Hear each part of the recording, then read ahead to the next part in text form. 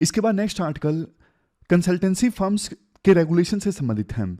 Indian express का ये article है। आप जीएस पेपर सेकंड के इस टॉपिक से आर्टिकल को रिलेट कर सकते हो।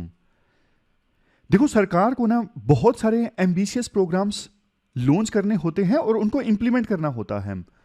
जैसे एग्जाम्पल के तौर पे गंगा नदी को साफ करवाना है, पूरे भारत के हाउस होल्ड्स तक पीने का पानी पहुंचाना है, 2047 तक भारत को एक डेवलप कंट्री बनाना है, डायरेक्ट बेनिफिट ट्रांसफर इंप्लीमेंट करना है, यानी कि बेनिफिशरीज के डायरेक्टली खाते में पैसा पहुंचे। बट देखो, ये सब प्रोग्राम्स सोचने के लिए, ये सब प्रोग्राम्स इंप्लीमेंट करने के लिए सरकार के पास ना उतनी कैपेबिलिटी, उतनी कैपेसिटी नहीं होती। जैसे सरकार में कौन लोग होते हैं? आईएएस ऑफिसर्स या फिर दूसरे ऑफिसर्स। देखो, आईएएस ऑफिसर्स तो जर्नलिस्ट अप्रोच उनकी होती है, स्पेशलाइज्ड नहीं होते, उनके पास स्पेशलाइज्ड स्किल नहीं होती। जैसे कि जल जीवन मिशन है, इस मिशन के थ्रू घर घर तक पानी कैसे पहुंचाया जाए, कैसे नदियों को आपस में जोड़ा जाए, कैसे गंगा नदी को साफ करवाया जाए, इसके लिए ना थोड़ी स्पेशलाइज्ड स्किल हमें चाहिए अगर ऐसे प्रोग्राम के बारे में सोचना है, इसको इंप्लीमेंट करना है।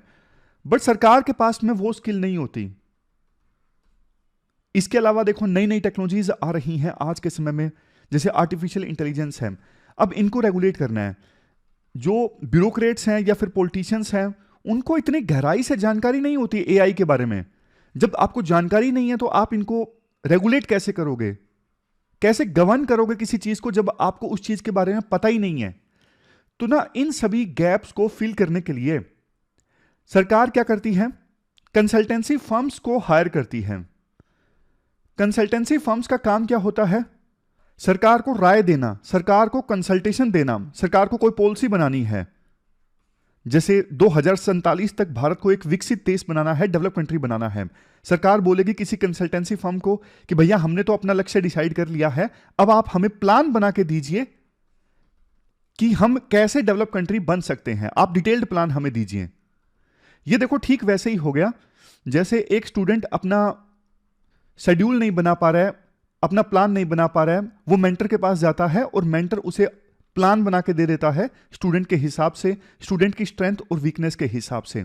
उसी प्रकार से ये कंसल्टेंसी फर्म्स है ना, सरकार को पॉलिसीज बना के देती हैं, प्रोग्राम्स बना के देती हैं, और बहुत सारी कंसल्टेंसी फर्म्स इन प्रोग्राम्स और पॉलिसीज को इंप्लीमेंट भी करवाती है सरकार के साथ मिलके।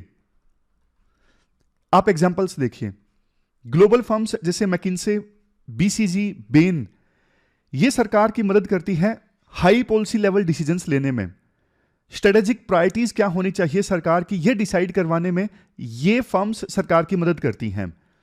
ये बिग 4 फर्म्स जैसे ईवाई, पीडब्ल्यूसी, केपीएमजी, डिलोइट, ये सरकार की मदद करती हैं प्रोजेक्ट के इंप्लीमेंटेशन में।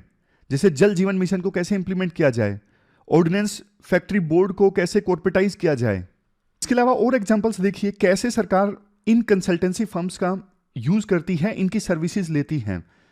जैसे अभी ना कोई सर्विस सरकार प्रोवाइड कर रही है, वो मैनुअल प्रोवाइड की जा रही है। फॉर एग्जांपल पेंशन देना सिर्फ एक एग्जांपल है। सरकार चाहती है कि पेंशन का पैसा डायरेक्टली खाते में जाना चाहिए और बीच में कोई लेयर नहीं होनी चाहिए। जिसको अप्लाई करना है पेंशन के लिए वो भी ऑनलाइन अप्लाई कर सके, किसी ऑफिशियल के पास जाने की जरूरत नहीं है। तो ये चीज सरकार सब कुछ ऑनलाइन करना चाहती है, लेकिन सरकार को पता नहीं कैसे ऑनलाइन किया जाए। सरकार कंसल्टेंसी फर्म की सर्विस लेगी, वो सरकार को सजेस्ट करेगी कि ये प्रोजेक्ट आप ऐसे इंप्लीमेंट कीजिए, इसके लिए एक टेंडर निकालिए, जो भी है, किसी आईटी कंपनी से बात कीजिए, सब कुछ ये कंसल्टेंसी फर्म सरकार के लिए इंप्लीमेंट करवाएगी। इसके अलावा गवर्नमेंट ऑफिशियल्स हैं, उनकी कैपेसिटी बिल्ड करवानी है, उनको नई तरह की ट्रेनिंग देनी है किसी चीज की, तब भी इन कंसल्टेंसी फर्म्स की सर्विसेज ली जाती है। ये फर्म्स सरकारी कर्मचारियों के लिए वर्कशॉप ऑर्गेनाइज करती हैं, उनको मॉडर्न ईरा के हिसाब से स्किल्स देती हैं, उनको ट्रेन करती हैं, ताकि वो लोग बढ़िया ढंग से लोगों को सर्विसेज प्रोवाइड कर सकें। सबसे लास्ट में रिसर्च एंड डेटा एनालिसिस। ये जो फर्म्स हैं सरकार की मदद करती हैं डेटा एनालिटिक्स में, डेटा को एनालाइज करने में, रिसर्च करने में, क्योंकि सरकार के पास उतनी कैपेसिटी नहीं होती सरकार डेटा को एनालाइज करके नई पॉलिसीज बना सके। तो ये फर्म्स सरकार के लिए डेटा क्या एनालिसिस करती हैं और उस एनालिसिस के आधार पर सरकार फिर पॉलिसीज में आवश्यक फेरबदल करती है। जैसे मान लीजिए मनरेगा से संबंधित कुछ डेटा सामने आया कि मनरेगा से फायदा नहीं हो रहा है, तो सरकार उस डेटा का इस्तेमाल करेगी और मनरेगा के लिए फंडिंग कम कर देगी। समझे?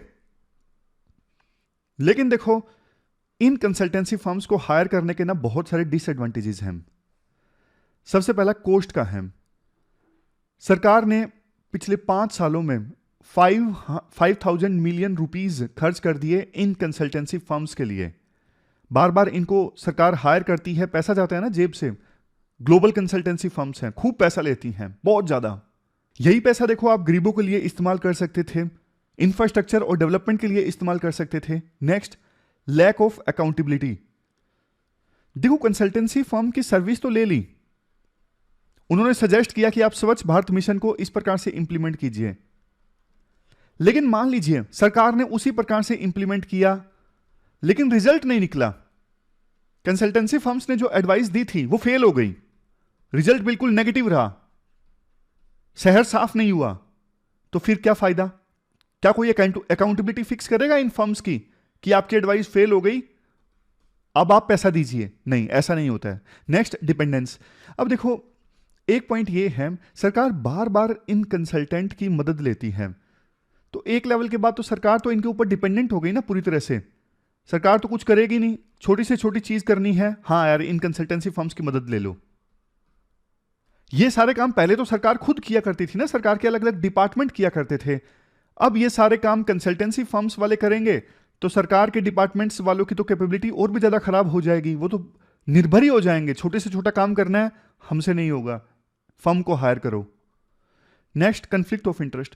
बहुत बार देखो, ये जो फर्म्स सजेशन देती है ना, इनके भी कंफ्लिक्ट ऑफ इंटरेस्ट होते हैं। जैसे मान लीजिए कोई किसी फर्म को हायर किया कि भैया हमें एडवाइस दीजिए, हमें गंगा नदी को साफ करना है, आप बताइए कैसे गंगा नदी को साफ करें। तो फर्म बोलेगी ठीक है, गंगा नदी को साफ करना चाहते हो तो आप एक मशीन खरीद लो, मशीन या फिर लीज पे ले लो, जिसका नाम है XYZ। इस मशीन का उपयोग करोगे तो सारी गंदगी जो है वो गंगा नदी से खत्म हो जाएगी। जबकि बाद में पता लगा ये XY मशीन जो है वो उसी कंसल्टेंसी फर्म की किसी सिस्टर कंपनी की थी, तो अपना ही फायदा करवाने के लिए उन्होंने ये सजेशन दिया कि इस मशीन को लीज पे ले लो। कहने का मतलब क्या है, कंफ्लिक्ट ऑफ इंटरेस्ट होता है बहुत बार इन फर्म्स का, वो अपना फायदा करते हैं। Next, job displacement. जैसे देखो, सरकार ने IT सर्विसेज को आउटसोर्स कर दिया किसी कंसल्टिंग फर्म को। देखो, ये काम पहले सरकारी डिपार्टमेंट करते, अगर इस प्रकार से सरकार सारा काम आउटसोर्स करती जाएगी तो फिर तो नई हायरिंग नहीं होगी, सरकार के अंदर कर्मचारियों की संख्या बहुत कम हो जाएगी, जॉब खत्म हो जाएंगी।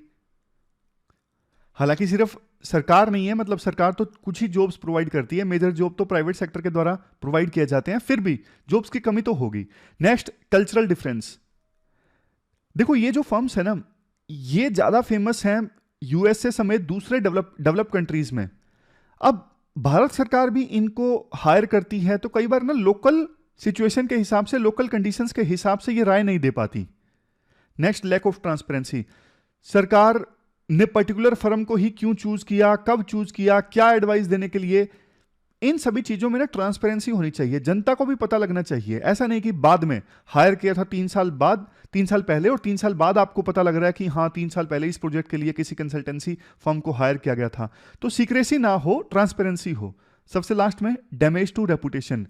कई सारी फर्म्स जो हायर की गई सरकार के द्वारा, उनकी तो रेपुटेशन खराब है कि उन्होंने डेटा ब्रीच किया, डेटा का गलत ढंग से इस्तेमाल किया, डेटा को बेच दिया। तो ये तो प्राइवेसी का वायलेशन है जो हमारे देश में अब फंडामेंटल राइट है, राइट टू प्राइवेसी। तो ये सारे डिसएडवांटेजेस हमने डिस्कस किए कंसल्टेंसी फर्म्स को हायर करने के।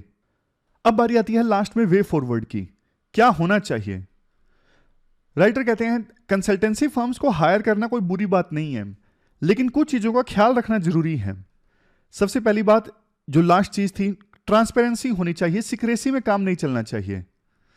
दूसरा, क्लियर टर्म्स में यह डिसाइड होना चाहिए फर्म को हायर करते वक्त कि भैया जो आपने सजेस्ट किया है ना, इसकी आउटकम पॉजिटिव आएगी तभी हम पैसे देंगे, अदरवाइज नहीं देंगे। ऐसा कॉन्ट्रैक्ट होना चाहिए कि आपने जो सजेस्ट किया है उसकी आउटकम क्या निकलेगी, आउटकम देखने के बाद ही आपको पैसा दिया जाएगा। नेक्स्ट, इंटरनल कैपेसिटी को इनहेंस करना। इंटरनल कैपेसिटी मतलब सरकार के अंदर जो ऑफिशियल्स हैं, सरकारी लोग हैं, उनकी कैपेसिटी को इनहेंस किया जाए ताकि वो खुद ही अच्छे डिसीजन ले सकें। सरकार के पास खुद की कैपेसिटी अच्छी होनी चाहिए। कंसल्टेंसी फर्म्स के साथ मान लीजिए 5 साल का कॉन्ट्रैक्ट साइन किया, 5 साल हो गए, उसके बाद ना जानबूझ के अपनी डिपेंडेंसी क्रिएट कर लेते हैं कि ये छोड़ के जाएंगे तो सरकार का काम चलेगा ही नहीं।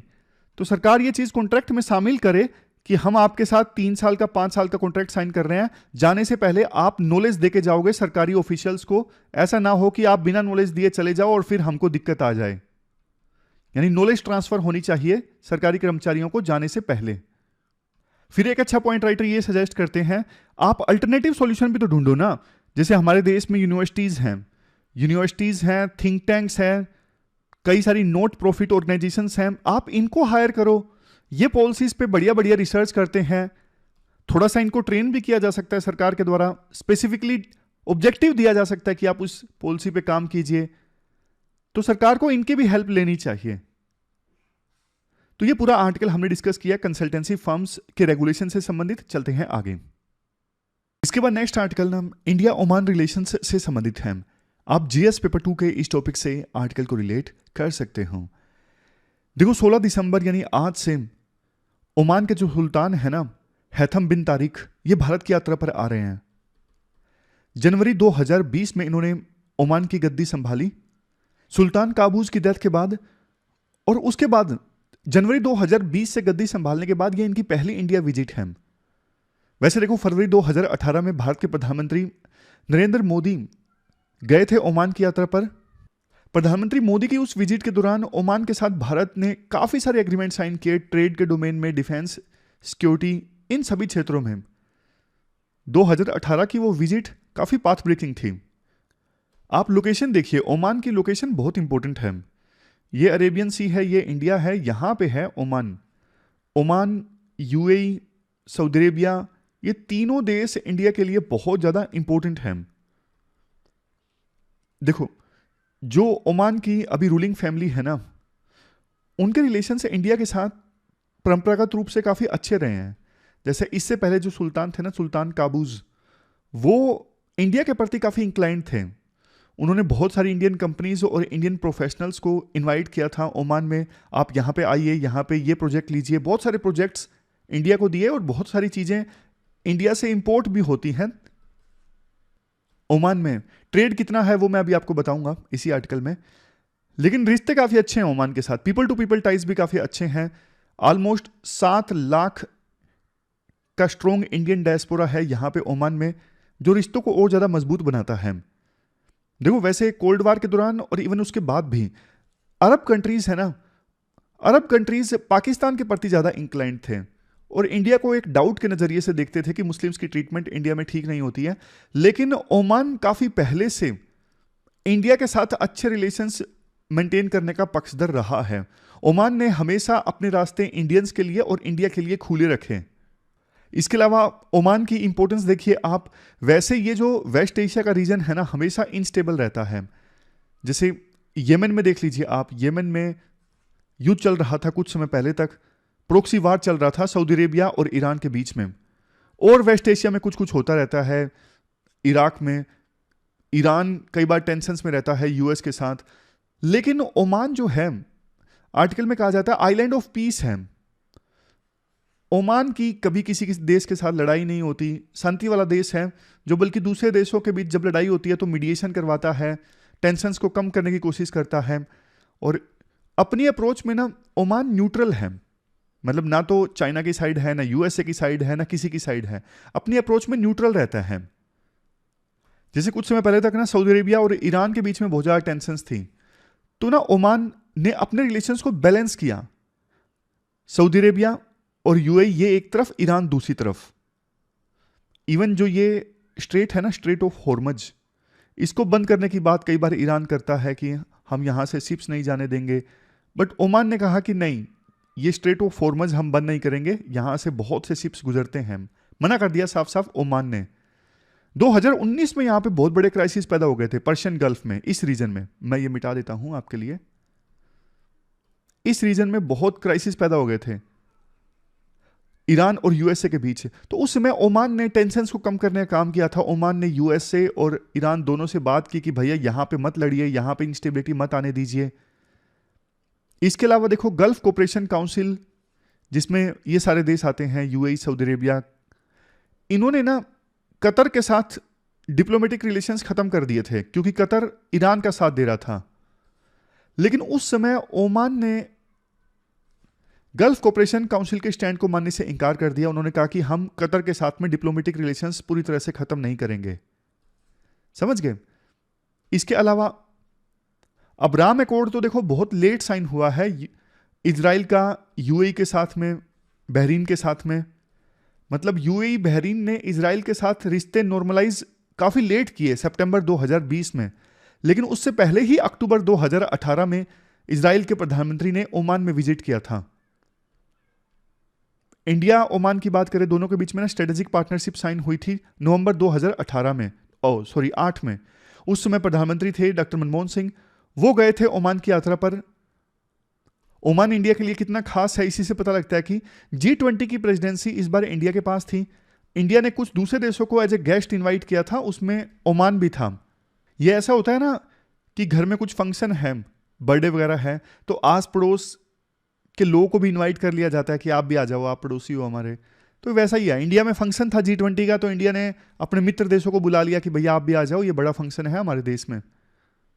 इसके बाद next point, defence and security engagement को लेके MOU साइन हुआ था दोनों देशों के बीच में 2005 में। ओमान देखो पहला गल्फ कंट्री है जिसके साथ इंडिया तीनों डोमेन में एक्सरसाइज करता है। नेवल एक्सरसाइज होती है, एयरफोर्स की एक्सरसाइज होती है, आर्मी वाली एक्सरसाइज भी होती है, तीनों तरह की ज्वाइंट एक्सरसाइज होती है। 2012-2013 के बाद से ही Indian naval ships gulf of Oman में ड्यूटी पर रहते हैं ताकि यहां पे जो पायरेट्स है ना वो शिप्स को लूट ना सकें। तो पायरेसी को रोकने के लिए इंडिया यहां पे गल्फ ऑफ ओमान में ऑपरेशन चलाता है। ओमान इंडिया को इजाजत देता है कि इंडिया के जो मिलिट्री एयरक्राफ्ट है ना वो ओमान के एयर स्पेस से उड़ सकते हैं और इवन लैंड भी कर सकते हैं। अगर कोई चीज चाहिए लॉजिस्टिक्स के लिए, कोई फ्यूल वगैरह चाहिए तो लैंड भी कर सकते हैं इंडिया के मिलिट्री एयरक्राफ्ट। वैसे ओमान में ना एक हमारा पोर्ट भी है, दुकम पोर्ट। जो दुकम पोर्ट है ना, यहां पर हमारे शिप्स आ सकते हैं, कुछ लोडिंग करनी है, अनलोडिंग करनी है, कोई दूसरी लॉजिस्टिक्स फैसिलिटीज को अवेल करना है, इन सारे ऑपरेशंस के लिए यहां पे हमारा पोर्ट है दुकम पोर्ट। अब आपको भी पता है, देखो ये पोर्ट जो है वो मिलिट्री यूज के लिए भी यूज होते हैं, कई चीजें साफ साफ नहीं बोली जाती हैं। बायलैटरल ट्रेड की अगर बात करें, इंडिया ओमान के बीच में $12.38 बिलियन का बायलैटरल ट्रेड है 2022-23 में। बहुत सारी इंडिया और ओमान की कंपनीज ने मिलकर जॉइंट वेंचर इस्टेब्लिश किया है और इन्वेस्टमेंट की है ओमान में ऑलमोस्ट $7.5 बिलियन की। इसके बाद इंडिया देखो ओमान के लिए ना, ओमान के क्रूड ऑयल का दूसरे नंबर पे सबसे बड़ा खरीदार है। ओमान का सबसे ज्यादा तेल परचेज करता है चाइना और दूसरा नंबर आता है इंडिया का। अक्टूबर 2022 में इंडिया और ओमान ने मिलके ओमान में डेबिट कार्ड को लॉन्च किया, रुपे डेबिट कार्ड को। तो इंडिया की जो हसरत है डिजिटल पब्लिक इंफ्रास्ट्रक्चर को प्रमोट करने की वर्ल्ड में, उस दिशा में इंडिया आगे बढ़ा ये लॉन्च करके। इसके बाद देखो लास्ट में कुछ और जनरल पॉइंट्स हैं, जैसे प्रधानमंत्री मोदी ने विजिट किया था, उस समय स्पेस कोऑपरेशन को लेकर MOU साइन किया था। इंडिया स्पेस के क्षेत्र में काफी पावरफुल है।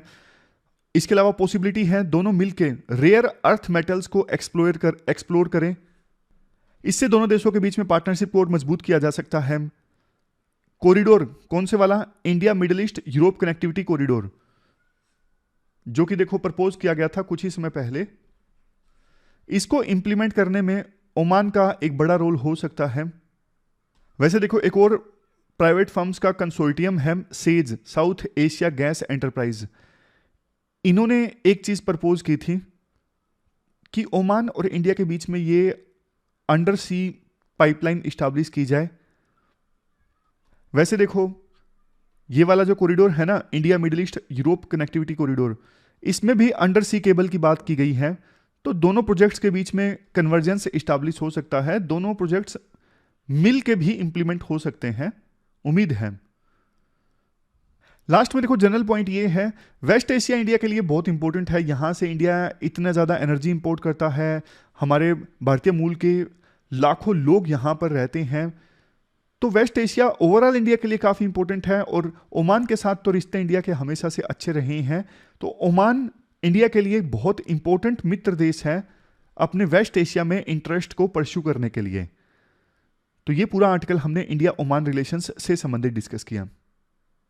इसके बाद अगला आर्टिकल देखो विजय दिवस से संबंधित है। आज 16 दिसंबर है। आज ही के दिन 1971 के वार में पाकिस्तान के 93,000 सोल्जर्स ने इंडिया की आर्मी के सामने सरेंडर कर दिया था और एक अलग से देश का निर्माण हुआ था जिसका नाम है बांग्लादेश। ये पूरी जो कहानी है बांग्लादेश वार की, ना सिर्फ एग्जाम के लिए काफी इंपॉर्टेंट है, यूपीएससी ने इस पे क्वेश्चन पूछा है, बल्कि इंटरेस्टिंग भी है। तो एक बार आप ये कहानी सुनिए, क्यों वार हुआ 1971 का, इंडिया ने कितनी खूबसूरती के साथ ये वार जीता, पूरी कहानी आप समझिए।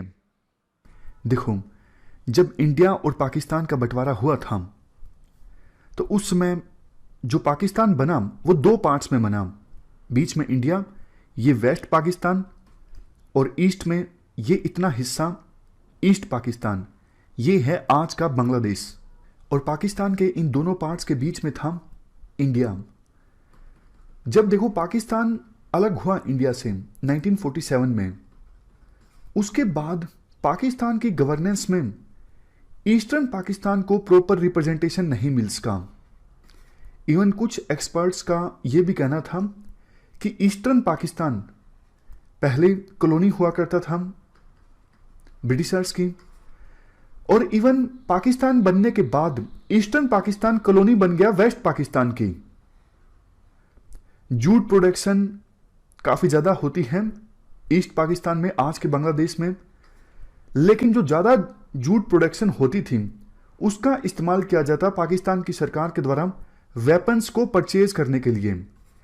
ईस्टर्न पाकिस्तान में बंगाली लैंग्वेज का इस्तेमाल ज्यादा किया जाता था, बट पाकिस्तान की सरकार ने यानी फेडरल गवर्नमेंट ने उर्दू को देश की ऑफिशियल लैंग्वेज डिक्लेयर कर दिया। इसके अलावा देखो और बहुत सारे रीजन्स थे जिसकी वजह से ईस्टर्न पाकिस्तान के लोगों की भावनाएं आहत हुई। जैसे फेमीन आया ईस्टर्न पाकिस्तान में, लेकिन पाकिस्तान की फेडरल गवर्नमेंट ने ज़्यादा प्रयास नहीं किए, ज़्यादा रिलीफ एफर्ट्स नहीं लगाए लोगों को राहत पहुंचाने के लिए। देखो यही आरोप तो ब्रिटिशर्स पर लगता था ना कि जब ब्रिटिशर्स रूल कर रहे थे, अरे भाई फेमीन आया है, आप प्रयास तो करो लोगों को राहत पहुंचाने के लिए, लेकिन ब्रिटिशर्स कुछ करते नहीं थे। 1943 में बंगाल में इतना जबरदस्त फेमीन आया था, कुछ नहीं किया अंग्रेजों ने। अगर ढंग से ये काम करते तो बहुत लोगों की जान बचाई जा सकती थी। यही आरोप लगे ईस्टर्न पाकिस्तान के लोगों की तरफ से पाकिस्तान के निर्माण के बाद कि हमारे यहाँ पे फेमीन आया, लेकिन सेंट्रल गवर्नमेंट ने यानी फेडरल गवर्नमेंट ने कुछ खास किया ही नहीं राहत पहुंचाने के लिए। तो समझ गए, मतलब कहने का ये है कि पाकिस्तान बनने के बाद पाकिस्तान के जो दो हिस्से थे ना, वेस्ट पाकिस्तान, ईस्ट पाकिस्तान के लोगों के साथ काफी अन्याय हुआ। इनको लगा कि हमारे कल्चर को इग्नोर किया जा रहा है, हमें प्रॉपर पॉलिटिकल रिप्रेजेंटेशन नहीं मिल पा रही है, और जो वेस्टर्न पाकिस्तान के लोग हैं ये ज्यादा डोमिनेट कर रहे हैं हमारे ऊपर।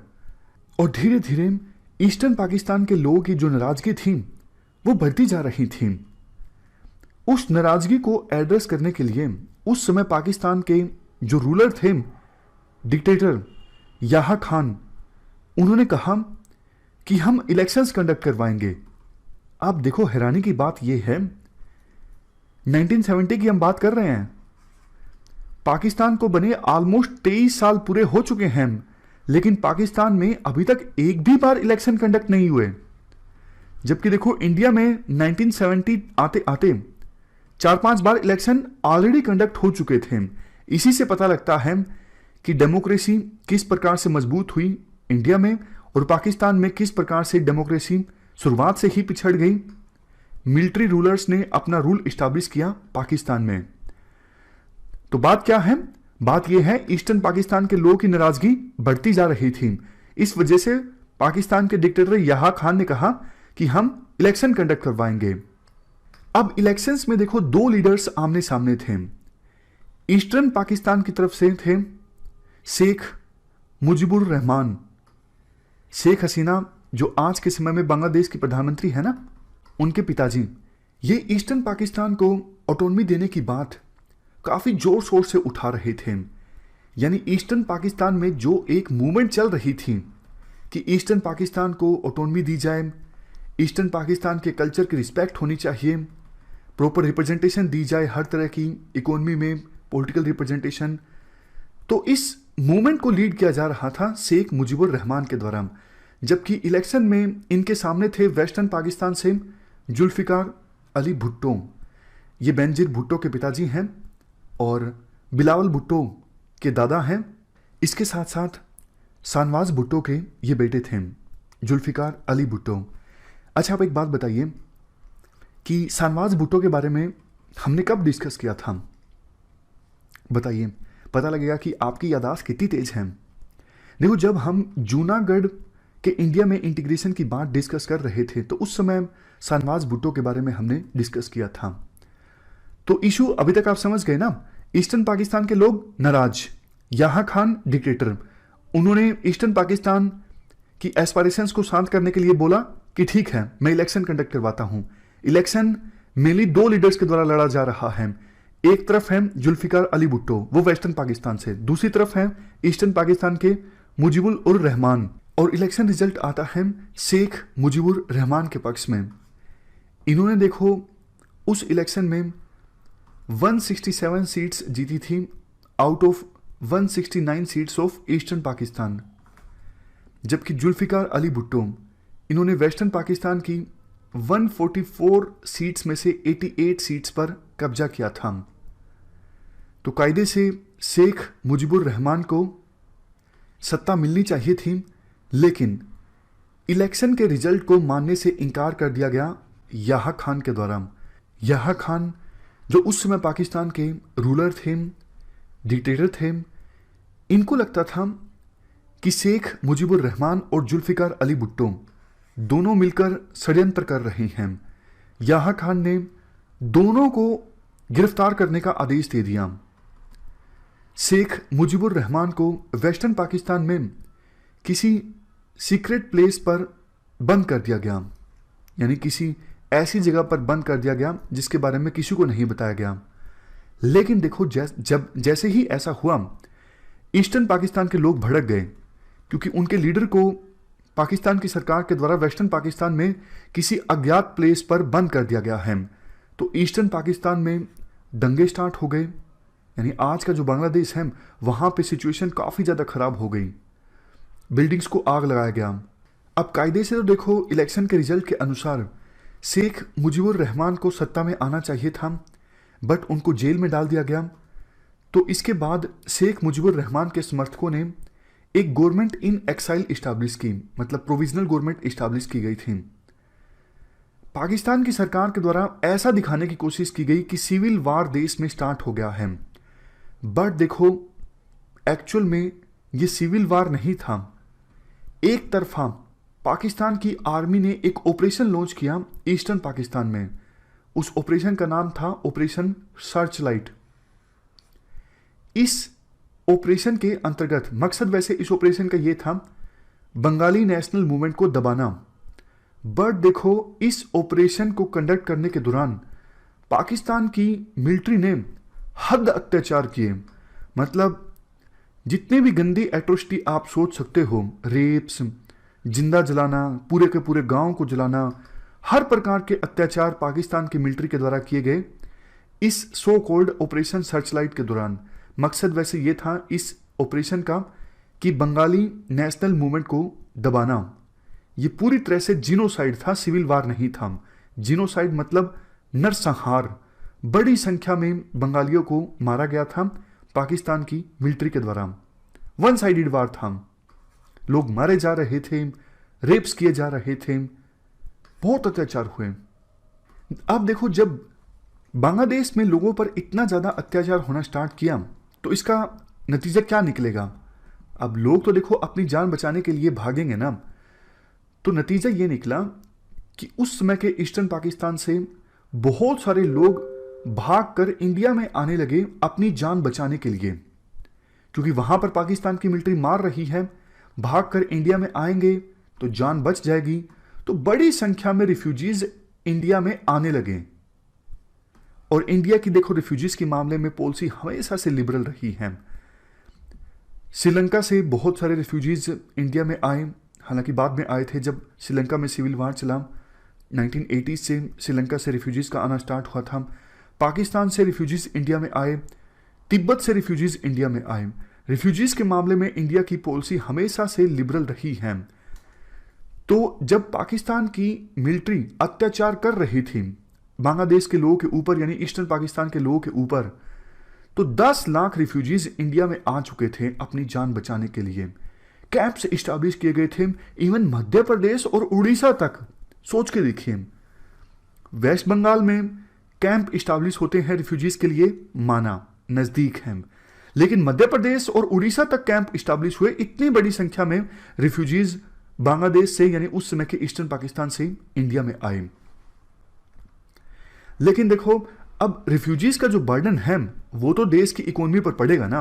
ऐसा तो है नहीं कि इंडिया उस समय बहुत ज़्यादा डेवलप कंट्री था, इंडिया भी डेवलपिंग कंट्री था। 1 करोड़ रिफ्यूजी अगर आपके देश में आएंगे, कोई काम नहीं करेंगे, तो उनको खाने पिलाने का सारा जो बोझ है किस पे आएगा? सरकार पे आएगा। इतनी बड़ी संख्या में रिफ्यूजीज को खाना पिलाना, और इवन कई रिफ्यूजीज तो ऐसे भी होते हैं, आपको पता है, क्रिमिनल एक्टिविटीज़ में इन्वॉल्व होते हैं। तो सोसाइटी का जो ताना बुना है, मतलब स्टेबिलिटी है, वो भी प्रभावित होती है रिफ्यूजीज की वजह से। तो कहने का मतलब ये है, अत्याचार पाकिस्तान की मिलिट्री कर रही थी बांग्लादेश के लोगों के ऊपर, इंपैक्ट इंडिया पर भी पड़ रहा था। क्यों? क्योंकि इंडिया में बड़ी संख्या में भागकर लोग आ रहे थे पाकिस्तान की मिलिट्री के अत्याचार से बचने के लिए। लेकिन देखो, इंडिया पर इंपैक्ट पड़ने के बावजूद इंडिया ने शुरुआत में कुछ एक्शन नहीं लिया। इंडिया ने सिर्फ पाकिस्तान को यह बोला कि भाई आपका ये इंटरनल मैटर है, आप सुलझा लीजिए, सॉर्ट आउट कर लीजिए अपने आप से, लेकिन रिफ्यूजीज इंडिया में ना आने पाए।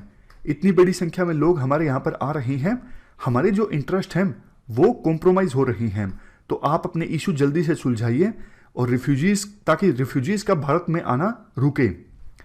ये बात इंडिया ने पाकिस्तान को बोली। लेकिन पाकिस्तान ने इंडिया पर आरोप लगाया कि इंडिया इजराइल के साथ मिलकर बांग्लादेश में, यानी उस समय के ईस्टर्न पाकिस्तान में इंटरफेयर कर रहा है। इंडिया ने कहा नहीं, ऐसा कुछ नहीं है।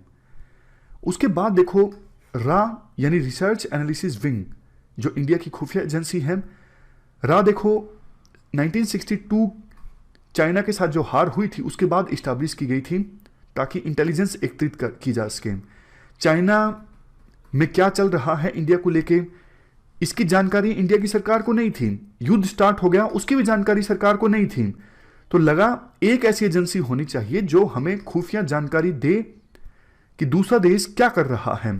तो देखो, रा चाइना वार के बाद इस्टेब्लिश हुई थी और रा ने जानकारी दी कि पाकिस्तान जो है बड़ी संख्या में वेपन्स इकट्ठा कर रहा है। और उस समय देखो, पाकिस्तान और चाइना की जो दोस्ती थी वो भी परवान चढ़ रही थी, मतलब गहरी हो रही थी इनके बीच की दोस्ती। क्यों? बहुत सारे रीजंस। सबसे सिंपल रीजन, दुश्मन का दुश्मन दोस्त। चाइना का भी दुश्मन इंडिया, पाकिस्तान का भी दुश्मन इंडिया, तो दोनों का दुश्मन सेम, इसलिए दोनों आपस में दोस्त। 1960s में देखो, पाकिस्तान ने चाइना को सक्सम वैली दे दिया। ये वैली जम्मू एंड कश्मीर में आती है, स्ट्रेटेजिकली काफी ज्यादा इंपॉर्टेंट। और इंडिया को यह भी डाउट था कहीं 1965 की तरह पाकिस्तान फिर से इंडिया के साथ वार ना स्टार्ट कर दे। इसके बाद क्या हुआ? इसके बाद देखो, ईस्टर्न पाकिस्तान में एक ऑर्गेनाइजेशन थी, मुक्ति बाहिनी।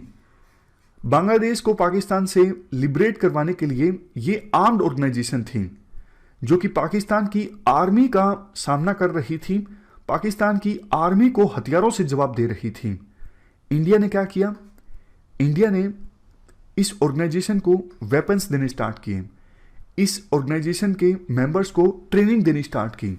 शुरुआत में देखो, बीएसएफ के द्वारा ट्रेनिंग और वेपन्स दिए गए थे, दूसरे लॉजिस्टिक्स प्रोवाइड किए गए थे इस मुक्ति बाहिनी ऑर्गेनाइजेशन को। लेकिन बाद में आर्मी ने मुक्ति बाहिनी को ट्रेन करना स्टार्ट किया, इनको मिलिट्री टैक्टिक्स सिखाना स्टार्ट किया। लेकिन देखो, इंटरफेयर डायरेक्टली अभी भी इंडिया ने नहीं किया था। हमारे जो कैबिनेट मिनिस्टर्स थे वो दुनिया भर के देशों में जा रहे थे और ये दिखा रहे थे कि देखो पाकिस्तान किस प्रकार से अपने ही लोगों के ऊपर अत्याचार कर रहा है, लेकिन इसका खामियाजा इंडिया को भी भुगतना पड़ रहा है क्योंकि इतनी बड़ी संख्या में रिफ्यूजीज इंडिया में आ रही हैं। तो इंडिया के मिनिस्टर्स वेरियस कंट्रीज में गए तो आह्वान यही किया बड़े देशों से कि आप पाकिस्तान को प्रेशराइज कीजिए ताकि पाकिस्तान अपने इस इशू को सुलझाए। देखो, इंडिया डायरेक्टली एक्शन इसलिए नहीं लेना चाहता था, उसके भी रीजंस हैं, कई सारे रीजंस हैं। एक तो देखो, अप्रैल में टेंशंस क्रिएट होना स्टार्ट हो गई थी इंडिया और पाकिस्तान के बीच। तो यूं कहा जाता है कि अप्रैल में हम तैयार नहीं थे पाकिस्तान के साथ युद्ध लड़ने के लिए। सैम मैनेक्सा उस समय आर्मी चीफ थे, उन्होंने ये सजेस्ट किया था अप्रैल के बाद मानसून आ जाएगा बांग्लादेश में, बांग्लादेश की भूमि काफी ज्यादा दलदली हो जाती है, इसलिए हमें सही समय का इंतजार करना चाहिए पाकिस्तान के साथ युद्ध करने के लिए।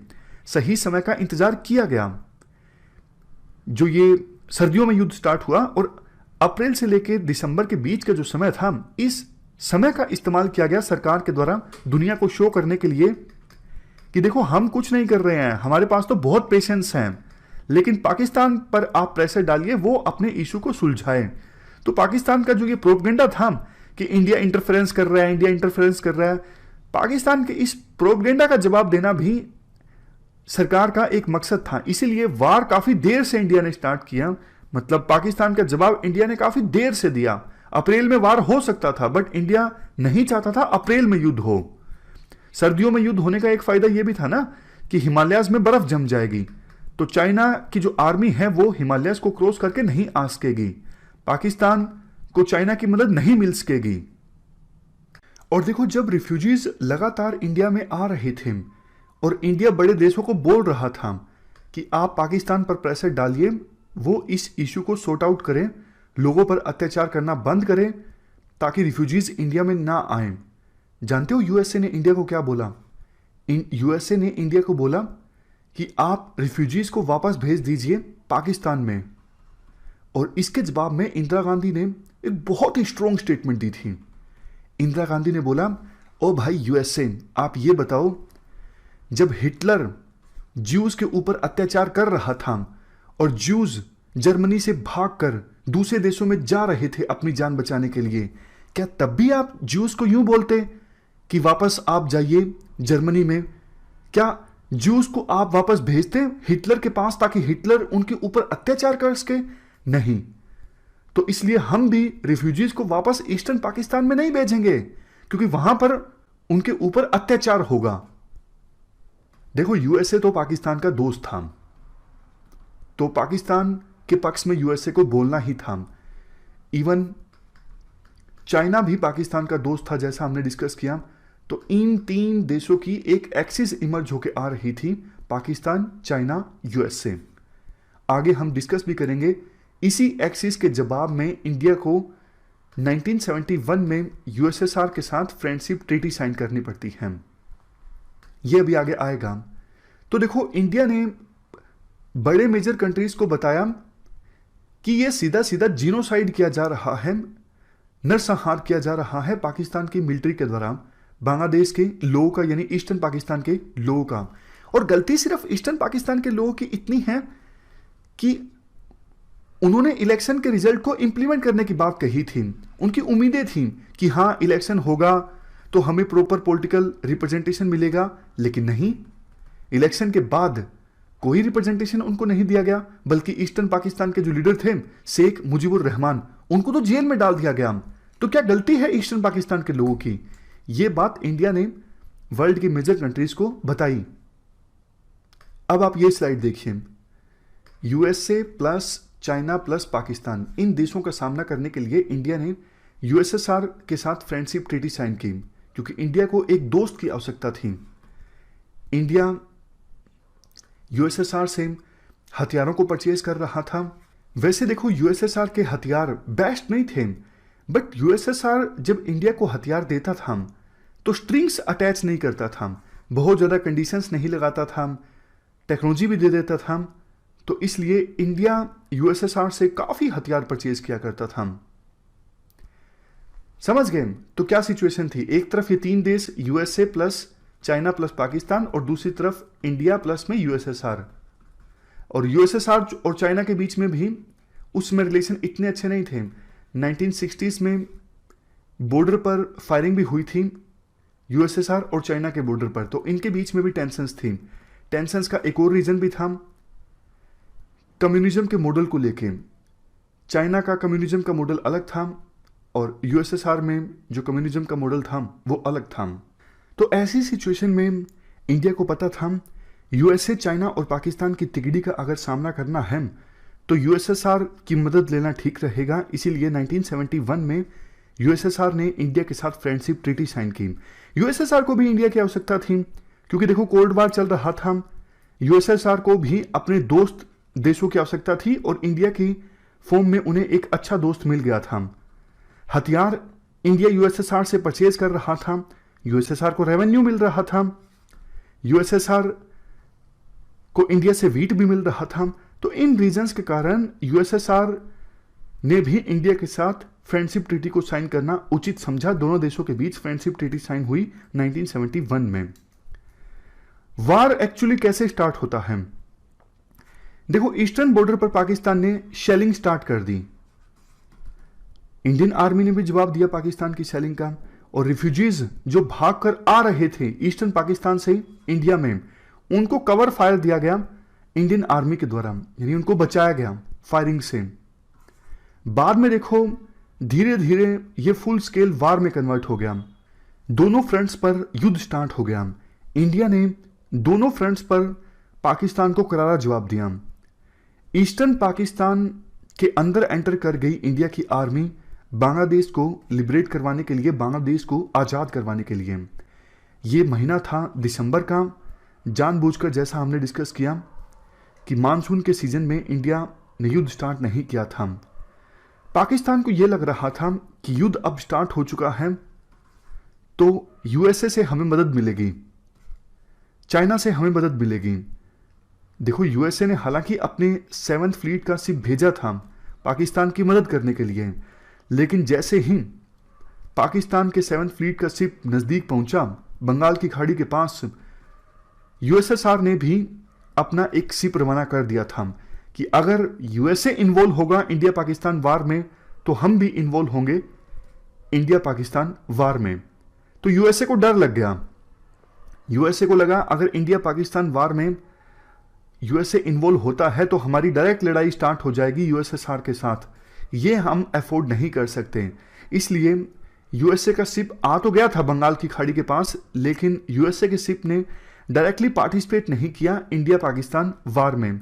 वैसे भी यूएसए उस समय वियतनाम वार में फंसा हुआ था, तो यूएसए ने ज्यादा बर्डन लिया नहीं।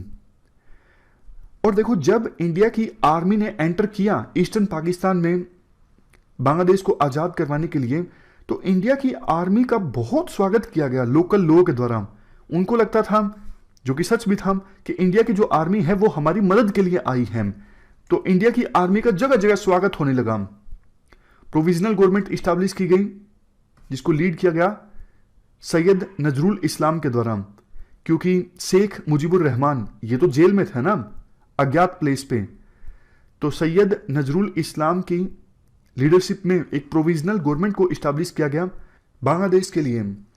युद्ध देखो चल ही रहा था। जो जनरल जैकब थे ये अपने इंटरव्यू में बताते हैं, जब इंडिया और पाकिस्तान के बीच युद्ध चल रहा था और हम थे ईस्टर्न पाकिस्तान के अंदर ढाका के नज़दीक, जहां पर पाकिस्तान की आर्मी का रीजनल हेडक्वार्टर था, बार बार फोन आ रहे थे हमें कि आप जल्दी से बांग्लादेश को लिबरेट करवाइए, जल्दी से कुछ एक्शन लीजिए, अदरवाइज सीज फायर साइन हो जाएगा 1948 की तरह। तो जनरल जैकब बताते हैं, मुझे बहुत बार बार फोन आ रहे थे, जल्दी आप कुछ कीजिए, अदरवाइज सीज फायर साइन हो जाएगा, हम कुछ नहीं कर सकेंगे।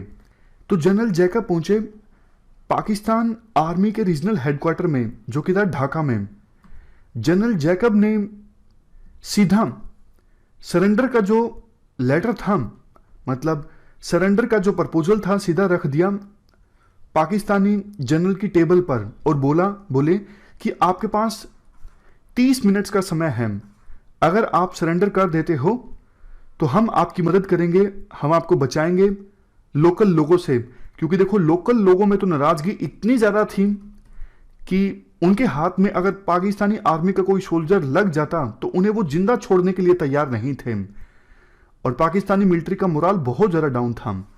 तो इंडियन आर्मी के जनरल जैकब ने प्रपोजल दिया पाकिस्तानी आर्मी के जनरल को कि 30 मिनट्स हैं, आप या तो ये लेटर एक्सेप्ट कर लीजिए, अदरवाइज युद्ध के लिए आप तैयार रहिए और लोकल लोगों के प्रकोप को सहने के लिए आप तैयार रहिए। वैसे देखो एक इंटरेस्टिंग बात यह है कि ढाका सिटी में पाकिस्तान के हालांकि 26-27 हज़ार सोल्जर थे और पूरे ईस्टर्न पाकिस्तान में 90,000 सोल्जर थे, और ढाका के करीब इंडियन आर्मी के सिर्फ 3,000 सोल्जर थे। लेकिन पाकिस्तानी आर्मी के जनरल को पता नहीं था ये बात कि इंडिया की आर्मी के इतने कम सोल्जर हैं अभी ढाका के आसपास। पाकिस्तानी जनरल को ये लगा कि जैसे इंडिया आर्मी ने पूरी तरह से घेर लिया है ढाका सिटी को और बचने का कोई सोर्स नहीं है, जबकि इतने सोल्जर अभी इंडियन आर्मी के थे नहीं, वो बात अलग है, रीइंफोर्समेंट आने वाली थी। बट लैक ऑफ इंफॉर्मेशन थी पाकिस्तानी जनरल के पास, और 30 मिनट के बाद उन्होंने प्रपोजल को एक्सेप्ट कर लिया, सरेंडर को तैयार हो गए पाकिस्तानी जनरल। वर्ल्ड में देखो ये पहली बार हुआ था कि 90,000 सोल्जर्स ने एक साथ सरेंडर किया हो, और इसी के साथ एक नए देश का निर्माण होता है बांग्लादेश। अब देखो काफी बार ऐसा क्वेश्चन पूछ लिया जाता है कि इंडिया ये वार क्यों जीत सका। काफी सारे रीजंस हैं, सिंपल से इंडिया की आर्मी पाकिस्तान के कंपैरिजन में सुपीरियर थी। रिसर्च एंड एनालिसिस विंग, ये जो एजेंसी इस्टेब्लिश की गई थी 1962 वार के बाद, इस एजेंसी ने अच्छा काम किया पाकिस्तान से इंफॉर्मेशन निकालने के लिए। पाकिस्तान की आर्मी का मोराल काफ़ी डाउन था क्योंकि पाकिस्तान की आर्मी अपने ही लोगों से लड़ रही थी। नेक्स्ट पॉइंट, मुक्ति बाहिनी सभी रूट से अवेयर थी। मुक्ति बाहिनी जो आर्म्ड ऑर्गेनाइजेशन थी बांग्लादेश की, बांग्लादेश को आज़ाद करवाने के लिए, इस ऑर्गेनाइजेशन को देखो लोकल रूट्स का पता था। इंडियन मिलिट्री के द्वारा इस ऑर्गेनाइजेशन के मेंबर्स को ट्रेनिंग दी गई थी, तो इस ऑर्गेनाइजेशन ने भी इंडियन मिलिट्री की काफ़ी मदद की। नेक्स्ट, ना तो यूएसए ना ही चाइना ने पाकिस्तान को डायरेक्टली सपोर्ट किया इस वार में, जबकि यूएसएसआर ने इंडिया के एफर्ट्स को पूरा सपोर्ट किया। नेक्स्ट पॉइंट, कंट्री देखो काफ़ी यूनिफाई था इस वार के दौरान। इंडिया के लोगों की जो भावनाएं थी, इमोशंस थे, वो बांग्लादेश के लोगों के साथ थे। नेक्स्ट पॉइंट, इंदिरा गांधी की लीडरशिप काफ़ी ज़्यादा स्ट्रॉन्ग थी। रिचर्ड निक्सन जो यूएसए के प्रेसिडेंट थे, उन्होंने इंदिरा गांधी को प्रेशराइज करने की कोशिश की कि आप युद्ध को रोक दीजिए, लेकिन इंदिरा गांधी ने रिचर्ड निक्सन यानी यूएसए के राष्ट्रपति की नहीं सुनी। इंडिया तभी रुका जब यह युद्ध जीत गया। अब इसके बाद होता है शिमला एग्रीमेंट। देखो इंडिया ये युद्ध जीत चुका है, 90,000 सैनिक अभी फिलहाल इंडिया में हैं, उनको खिलाया पिलाया जा रहा है इंडिया के द्वारा। इंडिया की इकोनॉमी पर असर पड़ रहा है इन 90,000 सैनिकों को खिलाने पिलाने में, और बांग्लादेश को अभी तक पाकिस्तान ने रिकॉग्नाइज नहीं किया है। आगे भी इंडिया को खतरा है कि पाकिस्तान जो है फिर से युद्ध की कोशिश कर सकता है या फिर इंटरनेशनल एक्टर्स को इन्वॉल्व कर सकता है इंडिया पाकिस्तान डिस्प्यूट में। तो इन कंडीशंस में, ऐसी सर्कमस्टांसिस में शिमला एग्रीमेंट साइन होता है इंडिया और पाकिस्तान के बीच। यूएसएसआर भी चाहता था कि इंडिया अब एग्रीमेंट साइन कर ले पाकिस्तान के साथ। यूएसए ने भी हमें एड भेजनी बिल्कुल बंद कर दी थी। हालांकि पहले यूएसए इस इशू को सिक्योरिटी काउंसिल में लेके गया था, बट यूएसएसआर ने वीटो का इस्तेमाल कर लिया था, और बड़ी ऑर्गेनाइजेशंस का भी दबाव था इंडिया पर कि इंडिया जल्द से जल्द अब एग्रीमेंट साइन कर ले। तो पाकिस्तान की तरफ से जुल्फिकार अली भुट्टो शिमला में आए, इंदिरा गांधी और जुल्फिकार अली भुट्टो के बीच में बातचीत हुई, शिमला एग्रीमेंट साइन हुआ। वैसे देखो उस समय फेमस डिप्लोमेट थे डीपी धार, ये कश्मीर के थे। इन्होंने पूरा जोर लगाया था कि अभी पाकिस्तान की मुंडी जो है वो इंडिया के हाथ में है, 90,000 सैनिक इंडिया के पास में है, क्यों ना मजबूर किया जाए पाकिस्तान को सारे मसले सुलझाने के लिए, सबसे इंपॉर्टेंट कश्मीर का मसला। लेकिन देखो जुल्फिकार अली भुट्टो ने एक बात ये बोली इंदिरा गांधी को, अगर आप चाहते हो कि मैं कश्मीर आपको दे दूं इस एग्रीमेंट में तो फिर मैं वापस पाकिस्तान नहीं जा पाऊंगा।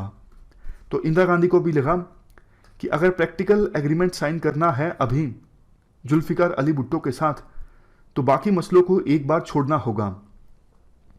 तो जो बातें डिसाइड हुई शिमला एग्रीमेंट में वो इस प्रकार से थी। सबसे पहले तो ताशकंद एग्रीमेंट में जो प्रोमिसेस किए गए थे उनको आगे लेकर जाया जाएगा। दूसरी बात, जो भी मसले हैं इंडिया और पाकिस्तान के बीच वो दोनों देश बायलेटरल ढंग से सोल्व करेंगे, थर्ड पावर्स को नहीं इन्वॉल्व करेंगे अपने बायलेटरल डिस्प्यूट्स में। अब देखो ये तो शिमला एग्रीमेंट फेल हो गया, उसी का सबूत ये है अब जब भी बात होती है इंडिया और पाकिस्तान के बीच, पाकिस्तान बार बार यूएसए को बोलता है, कभी चाइना को बोलता है मीडिएशन करवाओ इंडिया पाकिस्तान के बीच, कश्मीर इशू पर मीडिएशन करवाओ, बार बार पाकिस्तान दूसरे देशों को बोलता रहता है। तो इसका मतलब तो ये हुआ ना कि पाकिस्तान शिमला एग्रीमेंट को नहीं मानता है, क्योंकि शिमला एग्रीमेंट में तो तय हुआ था कि दूसरे देशों को इन्वॉल्व नहीं किया जाएगा डिस्प्यूट्स में, जबकि पाकिस्तान करता है इन्वॉल्व, यानी पाकिस्तान शिमला एग्रीमेंट को नहीं फॉलो करता। इसके बाद देखो यह भी तय हुआ इस एग्रीमेंट में कि पाकिस्तान बांग्लादेश को रिकॉग्नाइज करेगा और इसके बाद जो टोटल 93,000 सोल्जर्स थे पाकिस्तान के इंडिया में उनको इंडिया छोड़ देगा। तो ये सब बातें तय हुई थी शिमला एग्रीमेंट में। काफी बार देखो कंसिक्वेंसेस भी पूछ लिए जाते हैं कि बांग्लादेश वार के कंसिक्वेंसेस क्या निकले। तो कंसिक्वेंसेस तो आप बता सकते हो, जैसे इंदिरा गांधी एक बहुत ही स्ट्रॉन्ग लीडर बन के उभरी, इंडिया की रिस्पेक्ट फिर से मेजर पावर्स के सामने इंक्रीज हो गई। नेक्स्ट, इंडिया की इकोनॉमिक सिचुएशन खराब हो गई क्योंकि युद्ध में काफ़ी खर्चा हुआ था। नेक्स्ट, इंडिया के सेकुलरिज्म के मॉडल की जीत हुई क्योंकि इंडिया के मुस्लिम्स को पता लगा कि पाकिस्तान के जो मुस्लिम्स हैं वो भी पाकिस्तान में खुश नहीं हैं। तो ये जो थ्योरी थी कि मुस्लिम्स के लिए अलग से देश पाकिस्तान, वहाँ पर मुस्लिम्स खुश रहेंगे, ये थ्योरी झूठी साबित हुई। नेक्स्ट पॉइंट, देश और ज़्यादा यूनाइटेड हुआ, एकजुटता देखने को मिली, क्योंकि जैसा हमने डिस्कस किया पूरे देश में एक ही माहौल था कि कैसे ना कैसे करके इस युद्ध को जीता जाए। इंडिया के लोगों के जो इमोशंस थे वो बांग्लादेश के लोगों के इमोशंस के साथ थे। तो ये कुछ कंसिक्वेंसेस आप लिख सकते हो बांग्लादेश लिबरेशन वार के। तो ये थी हमारी आज की डिस्कशन, इसमें हमने बांग्लादेश लिबरेशन वार को डिटेल से डिस्कस किया। Thank you very much for discussion.